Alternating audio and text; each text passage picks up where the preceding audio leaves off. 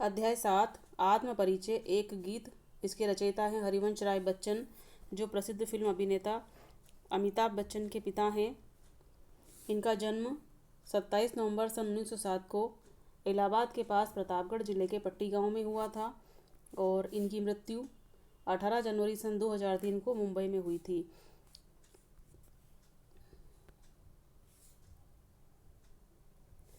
हालावाद के प्रवर्तक हरिवंश राय बच्चन उत्तर छायावाद काल के प्रमुख कवि रहे हैं। हालावाद एक प्रकार का वाद है। वाद अर्थात एक प्रकार की पद्धति है।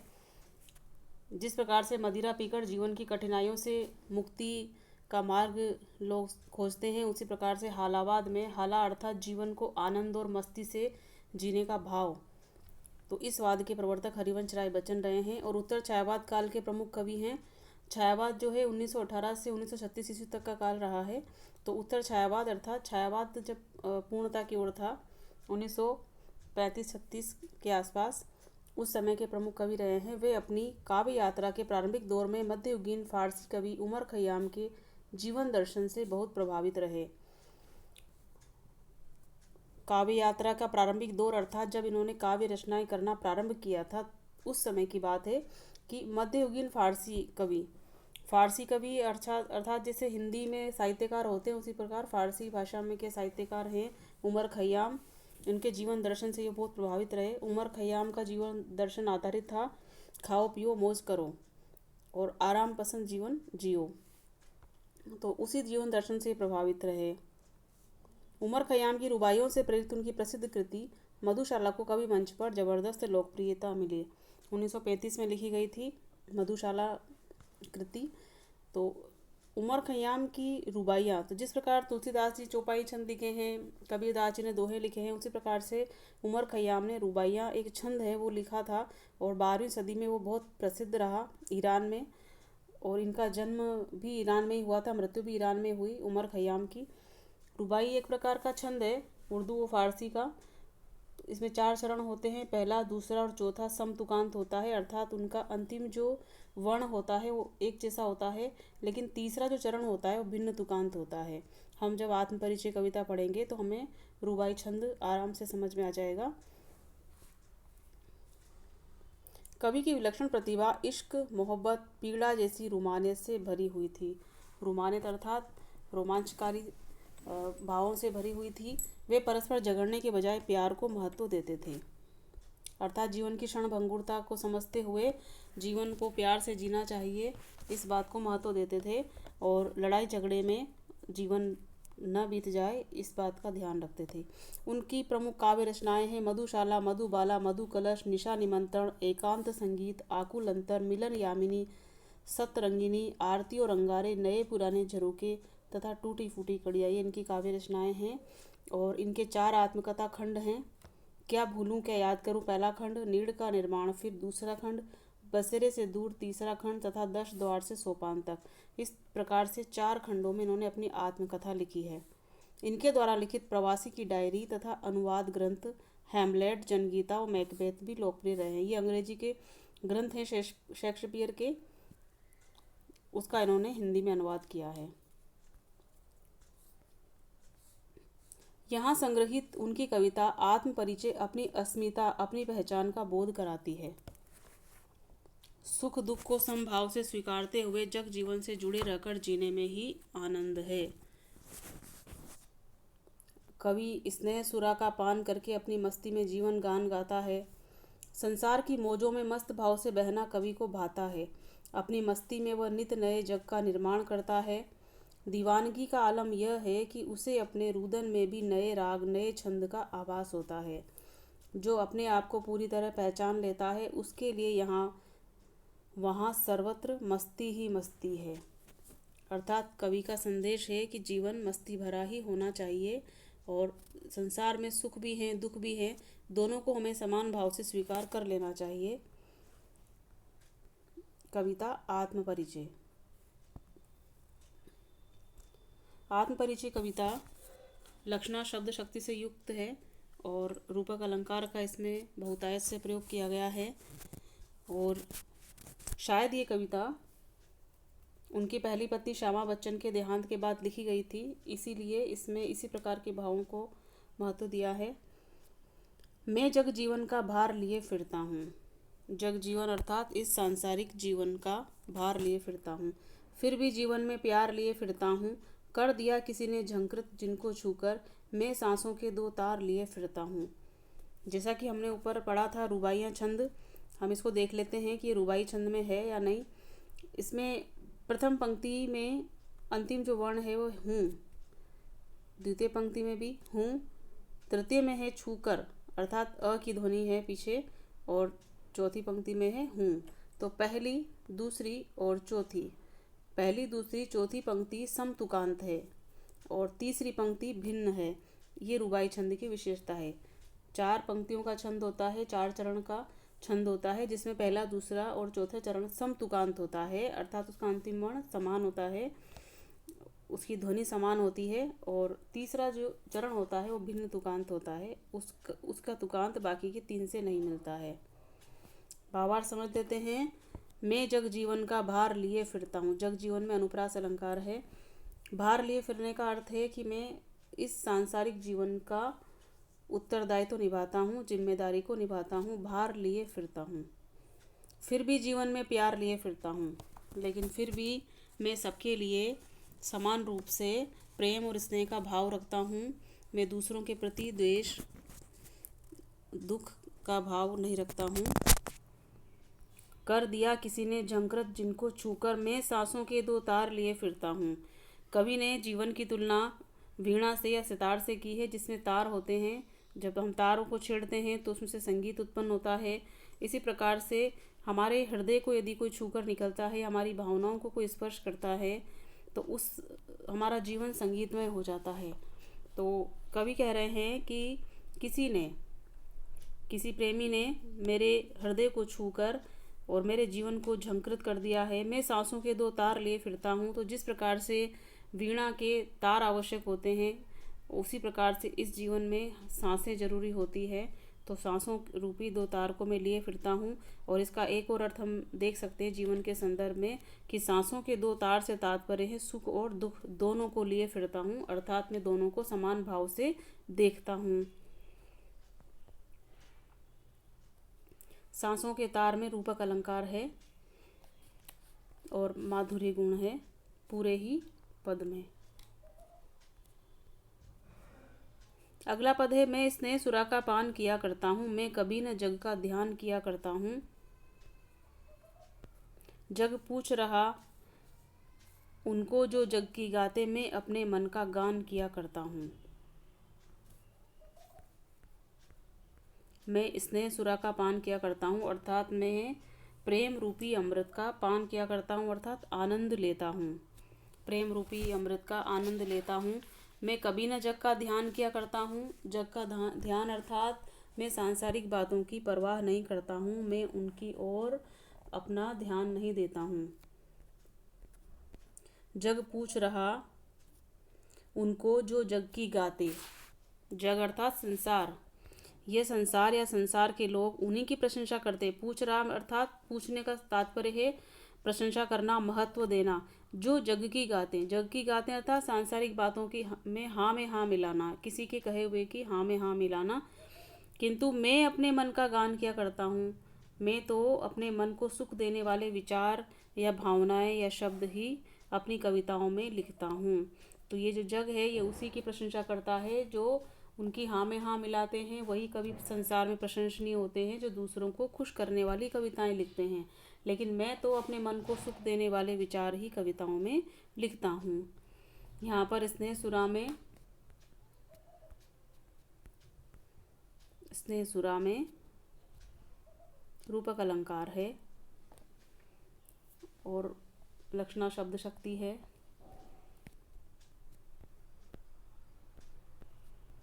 अगला पद है मैं निज उर के उद्गार लिए फिरता हूँ, मैं निज उर के उपहार लिए फिरता हूँ। है यह अपूर्ण संसार न भाता मुझको, मैं स्वप्नों का संसार लिए फिरता हूँ। मैं निज उर के, निज अर्थात अपने स्वयं के, उर अर्थात हृदय के, उद्गार अर्थात भावनाएं लिए फिरता हूँ। लिए फिरता हूँ अर्थात मैं अपने मन के भाव कहने की कोशिश करता रहता हूँ। मैं निज उर के उपहार लिए फिरता हूँ। मैं स्वयं के हृदय के उपहार, उपहार अर्थात प्रेम भावनाएं, सद्भावनाएं लिए फिरता हूँ अर्थात कहता हूँ। है यह अपूर्ण संसार, यह संसार अधूरा है। अपूर्ण अर्थात अधूरा है, अधूरा है अर्थात भावनाओं से रहित है, प्रेम से रहित है, अधूरा है। न भाता मुझको, मुझे अच्छा नहीं लगता। मैं स्वप्नों का संसार लिए फिरता हूँ। तो मैं वो स्वप्न देखता हूँ, वो कल्पनाएं करता हूँ जो मेरे मन को अच्छी लगती है, मन को सुहाती है। उन कल्पनाओं, उन भावनाओं को लिए हुए मैं फिरता हूँ। यहाँ पर स्वप्नों का संसार में अनुप्रास अलंकार है।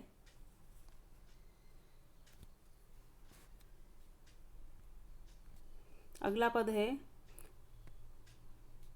मैं जला हृदय में अग्नि दहा करता हूँ।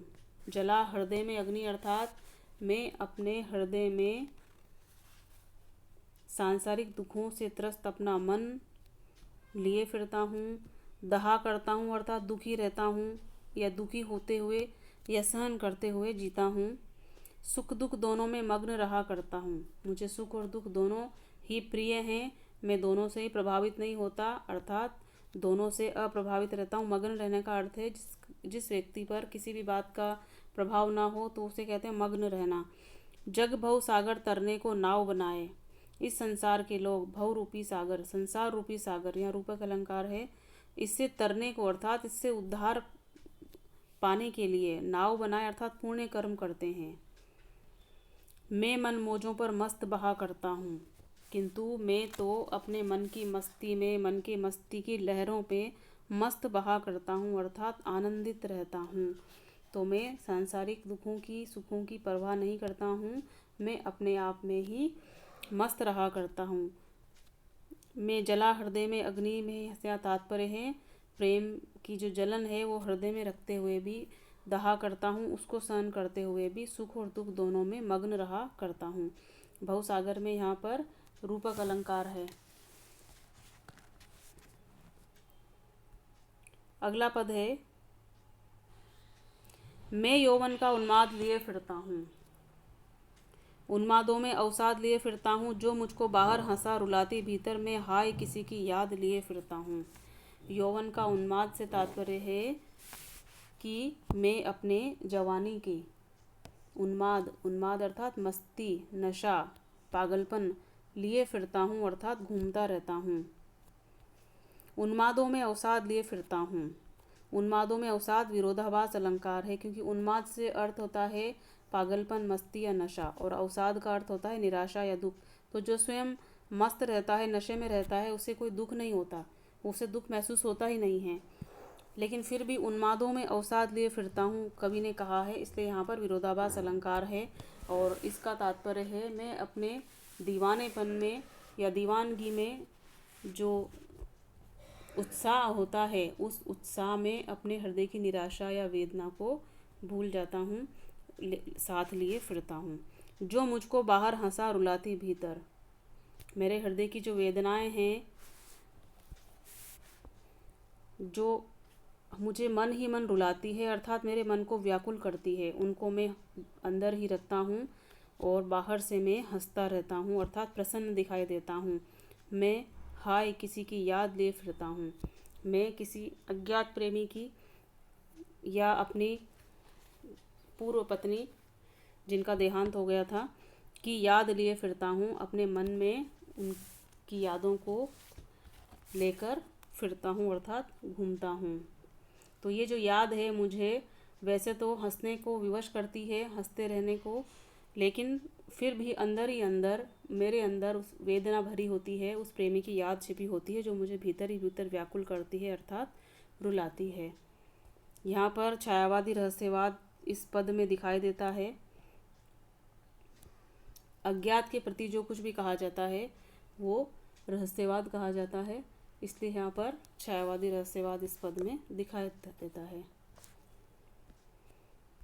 अगला पद है, कर यत्न मिटे सब सत्य किसी ने जाना, नादान वही है हाय जहाँ पर दाना। फिर मूड न क्या जग जो इस पर भी सीखे, मैं सीख रहा हूँ सीखा ज्ञान भुलाना। कर यत्न मिटे, यत्न अर्थात उपाय। सभी लोग प्रयत्न करके मिटे अर्थात थक चुके हैं, समाप्त हो चुके हैं, किसी का जीवन भी पूरा बीत गया है। मिटे से तात्पर्य है हो सकता है उनका जीवन प्रयत्न करते करते ही समाप्त हो गया हो। सत्य किसी ने जाना, क्या किसी ने सत्य को जाना है कि जीवन का सत्य क्या है? और क्योंकि यहाँ पर प्रश्न है तो प्रश्न अलंकार है, इसका भावार्थ है कि वो सफल नहीं हुए। कर यत्न मिटे सब, सत्य किसी ने जाना, प्रयत्न कर कर के सब मिट गए, लेकिन किसी ने भी सत्य को नहीं जाना, वो सफल नहीं हुए। नादान वही है हाय जहाँ पर दाना। नादान अर्थात अज्ञानी, मूढ़, मूर्ख व्यक्ति, वही है जहाँ पर दाना। दाना अर्थात ज्ञानी व्यक्ति, बुद्धिमान व्यक्ति। तो यहाँ पर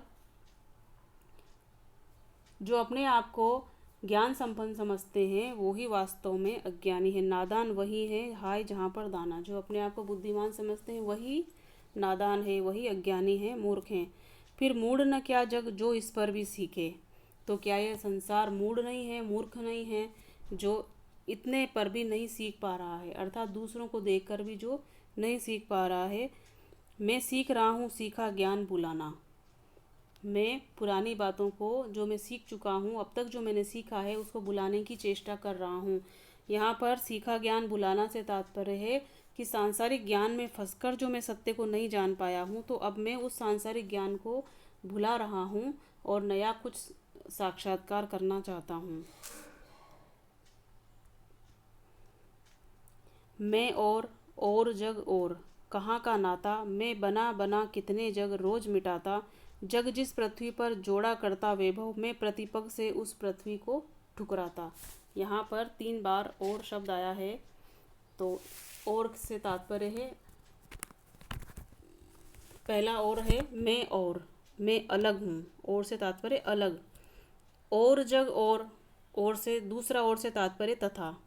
मैं अलग हूँ तथा जग और अर्थात यह संसार अलग है।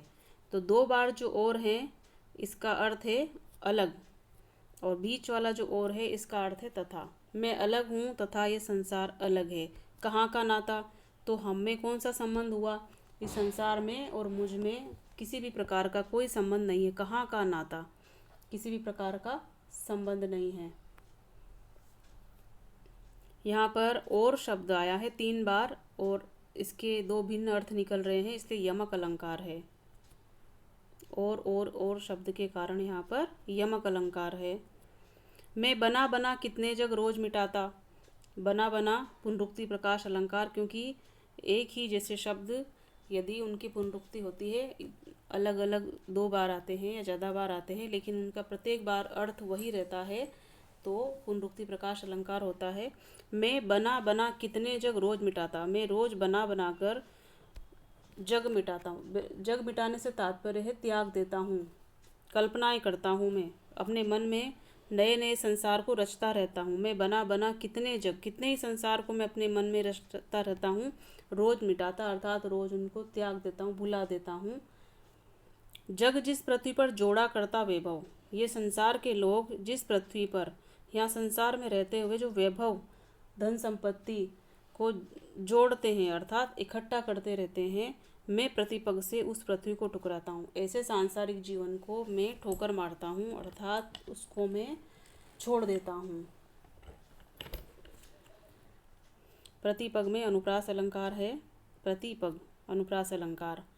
भावार्थ है कि संसार जो भौतिक सुख सुविधाओं को संग्रह करने में व्यस्त है, लीन है, ऐसे संसार में को मैं ठुकराता हूँ, क्योंकि इस धन संपत्ति से, इन सांसारिक जीवन से मैं सत्य को ज्ञात नहीं कर सकता हूँ। तो मैं इस सांसारिक जीवन को ठुकराकर सत्य और प्रेम के मार्ग पर चलते रहना चाहता हूँ। मैं निज रोदन में राग लिए फिरता हूँ, शीतल वाणी में आग लिए फिरता हूँ। हो जिस पर भूपों के प्रासाद निछावर, मैं वह खंडर का भाग लिए फिरता हूँ। मैं निज रोदन में राग लिए फिरता हूँ। निज रोदन अर्थात स्वयं के रुदन में, रुदन कहते हैं रोना, इसमें राग लिए फिरता हूँ अर्थात संगीत लिए हुए घूमता हूँ। कहने का तात्पर्य है कि कवि के हृदय में अपने प्रिय की याद है जो उसको हृदय में छिपाए है, तो अंदर ही अंदर वो रुदन करता है, लेकिन जब वो शब्दों के माध्यम से अपने भावों को प्रकट करता है तो वो संगीत बन जाता है, कविता बनती है और वो गीत के रूप में प्रकट हो जाती है। तो वो राग लिए फिरता हूँ, वो सभी को दिखाई देती है।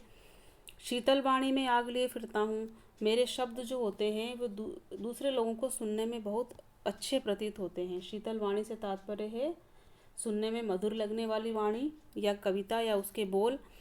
मैं आग लिए फिरता हूँ, आग लिए फिरने से तात्पर्य है कि मैं जो भी शब्द कहता हूँ वो लोगों को अच्छे लगते हैं कि, लेकिन मेरे अंदर जो विरह व्यथा दहकती रहती है, मेरे अंदर जो अग्नि जलती रहती है वो दूसरों को दिखाई नहीं देती है। इसलिए मेरी वाणी तो शीतल है, मेरी कविताओं के शब्द बहुत अच्छे हैं, मधुर हैं, किंतु मेरे हृदय में विरह भावना व्याप्त है।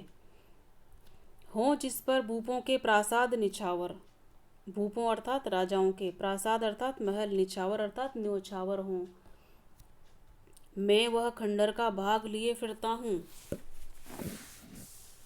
कवि कहना चाहते हैं कि मैं निज रोदन में राग लिए फिरता हूँ। निज रोदन अर्थात स्वयं के रुदन में राग लिए फिरता हूँ, यहाँ पर विरोधाभास अलंकार है। और शीतल वाणी में आग लिए फिरना, यहाँ पर भी विरोधाभास अलंकार है, क्योंकि शीतल और आग का कोई मेल नहीं है, रोने और राग का कोई मेल नहीं है, इसलिए दोनों में विरोधाभास अलंकार है। राजाओं के जो महल है वो न्यौछावर हो जाए, मैं ऐसा खंडर जैसा जीवन का एक भाग लिए फिरता हूँ, अर्थात संतुष्ट रहता हूँ, मैं संतुष्ट हूँ। खंडर के साथ संतुष्ट हूँ, यहाँ भी विरोधाभास है, इस पूरे ही पद में विरोधाभास अलंकार है। कवि के पास प्रेम रूपी महल के खंडर का अवशेष है, और प्रेम वो भाव है जिसके लिए संसार के बड़े बड़े राजा अपना राजपाट सब छोड़ने को तैयार हो जाते हैं। इसीलिए कवि ने कहा है कि जिस पर भूपों के प्रासाद निछावर, राजाओं के महल भी जिस पर न्यौछावर हो जाए, इस खंडर का ऐसा भाग में लिए फिरता हूँ, अर्थात मेरा जो प्रेममय जीवन है उस पर बड़े बड़े राजा अपना महल या अपने राजभवन या अपने सुख सब न्यौछावर करने को तैयार हों, ऐसा मैं जीवन लिए हुए फिरता हूँ।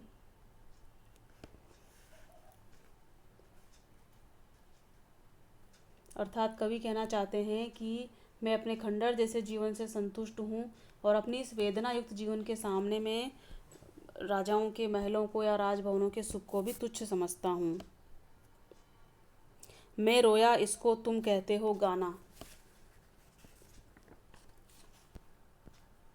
मैं फूट पड़ा तुम कहते छंद बनाना, क्यों कवि कहकर संसार मुझे अपनाए, मैं दुनिया का हूँ एक नया दीवाना। मैं रोया इसको तुम कहते हो गाना, मैं रोया अर्थात मैंने अपनी पीड़ा व्यक्त की, इसको तुम कहते हो गाना, तुमने उसको गीत का नाम दिया, अर्थात मैंने जो कुछ भी शब्द लिखे हैं, मैंने कविताएं गीत लिखे हैं, वो तो मेरे मन की पीड़ाएं लिखी है, और मैंने जो पीड़ाएं व्यक्त की है उसको तुम कहते हो, अर्थात संसार के लोग उसको कहते हैं गाना, अर्थात गीत कहते हैं।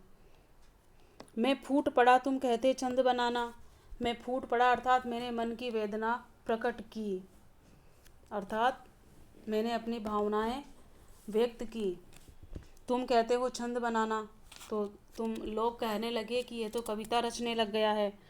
क्यों कवि कहकर संसार मुझे अपनाए, कवि को शिकायत है कि संसार के लोग मुझे कवि कहकर क्यों अपनाए, क्यों अपनाते हैं, क्यों कहते हैं कि मैं कवि हूँ। मैं तो चाहता हूँ कि दुनिया मुझे एक दीवाना कहे, मैं दुनिया का हूँ एक नया दीवाना। और मैं चाहता हूँ, कवि कह रहा है कि मैं चाहता हूँ कि लोग मुझे एक दीवाने के रूप में ही जाने, ना कि कवि समझकर मुझे सम्मान करे, क्योंकि मैं तो अपने मन के भावों को, अपनी वेदनाओं को, अपनी पीड़ा को व्यक्त कर रहा हूँ। तो संसार मुझे कवि क्यों कह रहा है, मैं मस्ती से जीने वाला एक दीवाना हूँ। क्यों कवि कहकर में अनुप्रास अलंकार है, क्यों कवि कहकर अनुप्रास अलंकार है। मैं दीवानों का वेश किए फिरता हूँ, मैं मादकता निशेष लिए फिरता हूँ, जिसको सुनकर जग झूम उठे लहराए, मैं मस्ती का संदेश लिए फिरता हूँ। मैं दीवानों का वेश लिए फिरता हूँ अर्थात रूप, दीवानों का रूप लिए हुए मैं घूमता हूँ। मैं मादकता, मादकता अर्थात मस्ती, प्रेम, निशेष लिए फिरता हूँ अर्थात पूरी संपूर्ण मस्ती के साथ में फिरता हूँ या घूमता हूँ, जिसको सुनकर जग झूम उठे लहराए। मेरी जिन कविताओं को सुनकर लोग मस्त रहते हैं, झूमते हैं, लहराते हैं, मैं मस्ती का संदेश लिए फिरता हूँ। मैं ऐसी ही कविताओं में अपनी मस्ती का संदेश लिए फिरता हूँ या अपने विचारों को मैं प्रकट करता रहता हूँ। अपने मन की बात कविताओं के माध्यम से दुनिया को बताता रहता हूँ। तो कवि कहना चाहते हैं कि जीवन को मस्ती और सबके प्रति प्रेम भाव से मैं जीते रहना चाहता हूँ, और ये दीवानगी, ये दीवानापन केवल मेरे मन में ही नहीं है, मेरी वेशभूषा से भी झलकता है। मैं दीवानों का वेश किए फिरता हूँ, अर्थात मेरी वेशभूषा से भी लगता है कि मुझ में दीवानापन है और मेरा सारा जीवन प्रेम और मस्ती से भरा हुआ है। तो मैं जहाँ भी जाता हूँ मादकता निशेष लिए फिरता हूँ। मैं जहाँ भी जाता हूँ उस मस्ती को, मादकता और उस नशे को साथ लिए हुए फिरता हूँ। निशेष अर्थ संपूर्ण, मेरा संपूर्ण जीवन ही मस्ती का संदेश देता है। और मेरी कविताओं को सुनकर जग अर्थात संसार के लोग झूम उठते हैं, लहराते हैं, अर्थात वो भी प्रसन्न हो जाते हैं, मस्त हो जाते हैं। मैं मस्ती का ऐसा संदेश लिए फिरता हूँ। यह हरिवंश राय बच्चन की कविता आत्मपरिचय, जिसमें कवि ने संदेश दिया है सबके प्रति प्रेम भाव बनाए रखने का और सुख और दुख में समभाव बनाए रखने का।